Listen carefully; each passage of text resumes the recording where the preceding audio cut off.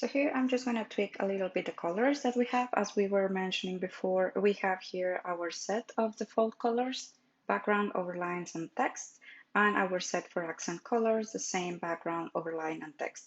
This section from here is for the button color, and we just have two states, the default state and then the hover state. This will be the backgrounds, and then this will be the text that goes over the button backgrounds. We just have one because the same button that works over the default color, it will have to be visible as well over this one.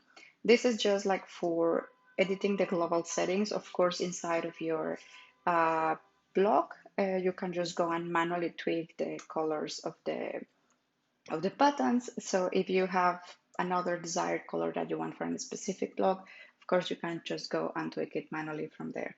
Though when you will do this, it will be disconnected from the global library, and whenever you will want to apply another style kit on top, that color that gets disconnected from the library will remain as it is.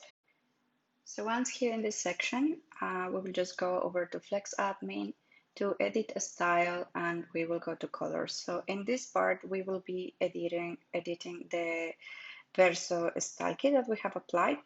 So we can see here the color schemes as we were seeing before, and then we will just go directly to edit the colors.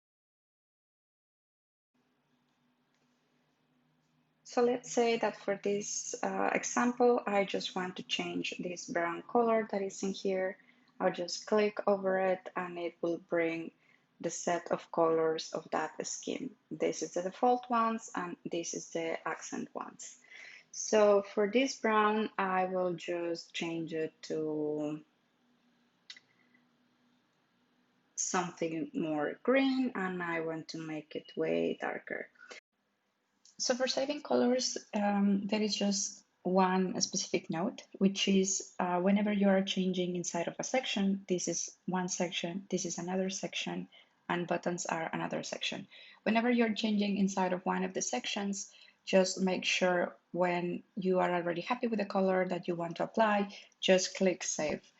The changes are not auto-save just because you can just be playing around to see which are the tones that you actually like, but then to not like it and then you will just want to reverse. So the only thing that you have to do is to click in another section and the default colors will be coming back to how they were.